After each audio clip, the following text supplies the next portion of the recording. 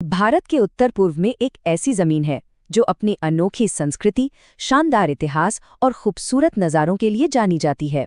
ये योद्धाओं की भूमि है, त्योहारों का देश है और एक ऐसी जगह है जिसने इतिहास का रुख तक मोड़ दिया था।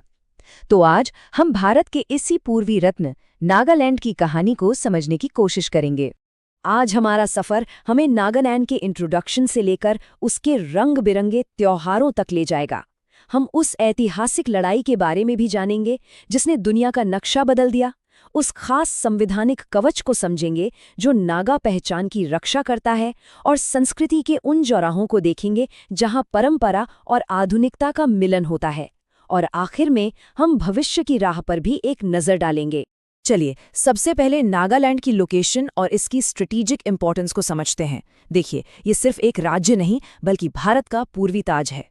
म्यांमार के साथ इसकी जो लंबी इंटरनेशनल बॉर्डर है वो इसे देश की सिक्योरिटी और एक्ट ईस्ट पॉलिसी के लिए बहुत ज़रूरी बना देती है।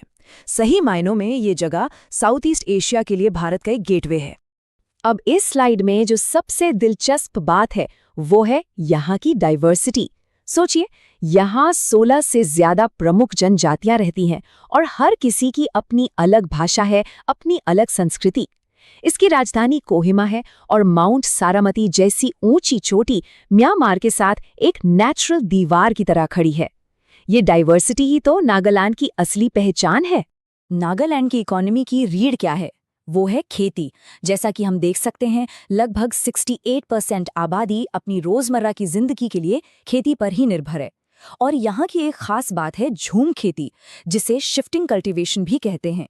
इसके साथ साथ जंगल, टूरिज्म और छोटे मोटे कॉटेज इंडस्ट्रीज भी यहाँ की इकोनॉमी का एक अहम हिस्सा है। अब चलते हैं नागालैंड की सबसे रंगीन पहचान की ओर, यहाँ के त्योहार। इसे यूं ही लैंड ऑफ फेस्टिवल्स नहीं कहा जाता। यहाँ सच में साल भर उत्सव का माहौल रहता है। हर जनजाति का अपना एक खास त्योहार है जो उनकी संस्कृति, उनकी मान्यताओं और उनकी रोजमर्रा की जिंदगी से जुड़ा हुआ है।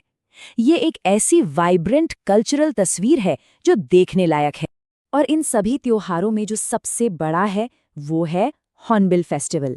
इसे फेस्टिवल ऑफ फेस्टिवल्स भी कहा जाता है।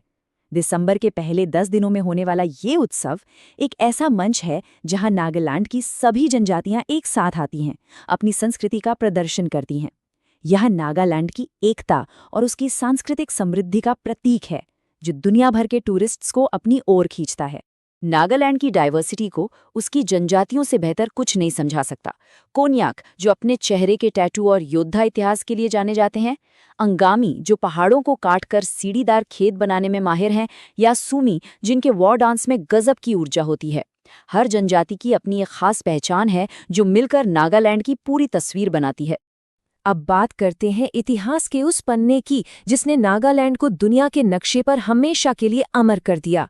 ये है द्वितीय विश्व युद्ध के दौरान हुई कोहिमा की लड़ाई। इसे पूर्व का स्टालिनग्राड भी कहा जाता है क्योंकि इस एक लड़ाई ने एशिया में युद्ध का रुख मित्र राष्ट्रों की ओर मोड़ दिया था। ये लड़ाई 4 अप्रैल 1944 को शुरू हुई जब जापानी सेना ने कोहिमा पर हमला किया। शुरुआती दिनों में हालात बहुत ही नाजुक थे, लेकिन 18 अप्रैल को जब ब्रिटिश और भारतीय सेना की मदद पहुंची तो पासा पलटने लगा। महीनों की भयानक लड़ाई के बाद 22 जून को इम्फाल जाने वाली सड़क फिर से खोल दी गई और ये मित्र राष्ट्रों के लिए एक बहुत बड़ी जीत थी।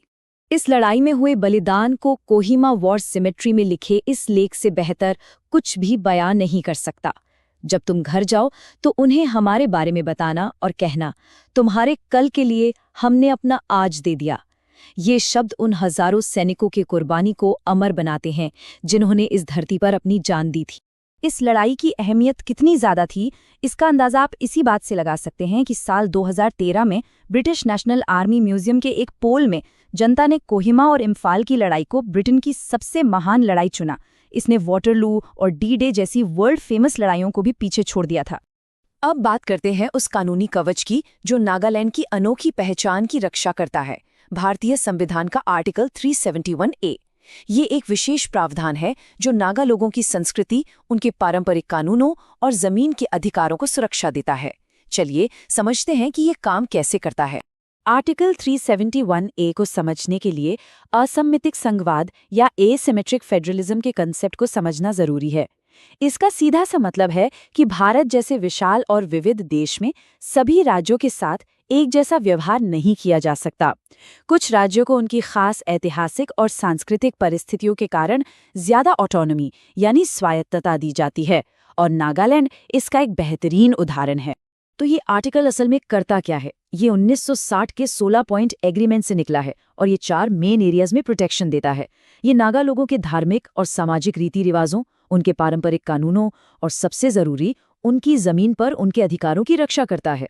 संसद का बनाया कोई भी कानून इन मामलों में तब तक लागू नहीं हो सकता जब तक राज्य की विधानसभा उसे मंजूरी न दे दे। अब जरा नागा समाज में हुए एक बहुत बड़े बदलाव को देखते हैं। एक ऐसा बदलाव जो ईसाई धर्म और मॉडर्न एजुकेशन के साथ आया। 19वीं सदी के आखिर में अमेरिकी बैप्टिस्ट मिशनरियों के आने से नागालैंड हमेशा के लिए बदल गया। ये एक ऐसे समाज के लिए एक नए युग की शुरुआत थी जो सदियों तक बाकी दुनिया से लगभग कटा हुआ था।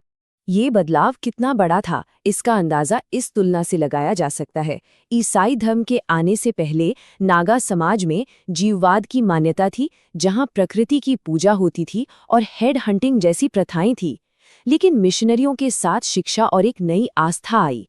हेड हंटिंग का अंत हुआ, स्कूल खुले और अलग अलग जनजातियों के बीच शांति और एकता बढ़ी।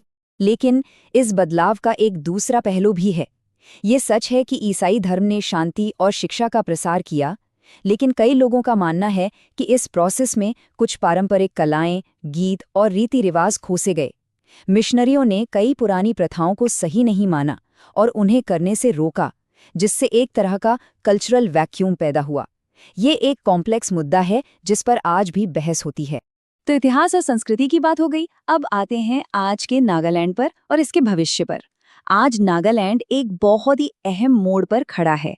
एक तरफ अपनी अनूठी सांस्कृतिक विरासत को बचाने की चुनौती है, तो दूसरी तरफ मॉडर्न डेवलपमेंट की जरूरतें।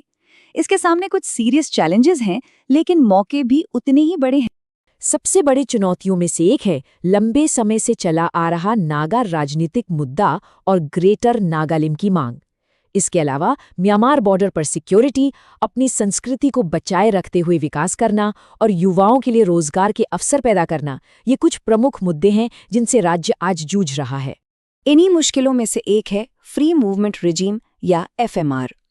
ये एक अनोखी व्यवस्था है जो बॉर्डर के दोनों ओर रहने वाले जनजातीय लोगों को बिना वीजा के एक दूसरे के इलाके में 16 किलोमीटर तक आने जाने की इजाज़त देती है। जहां ये सदियों पुराने सांस्कृतिक रिश्तों को जीवित रखता है, वहीं ये सुरक्षा के लिए एक बड़ी चुनौती भी पेश करता है। तो इस पूरे विश्लेषण के अंत में हम एक बड़े सवाल पर पहुंचते हैं। नागालैंड, जो अपनी अनूठी संस्कृति, स्ट्रेटेजिक लोकेशन और कॉम्प्लेक्स इतिहास के साथ एक चौराहे पर खड़ा है, वो एक समृद्ध और शांतिपूर्ण भविष्य की दिशा में कैसे आगे बढ़ सकता है?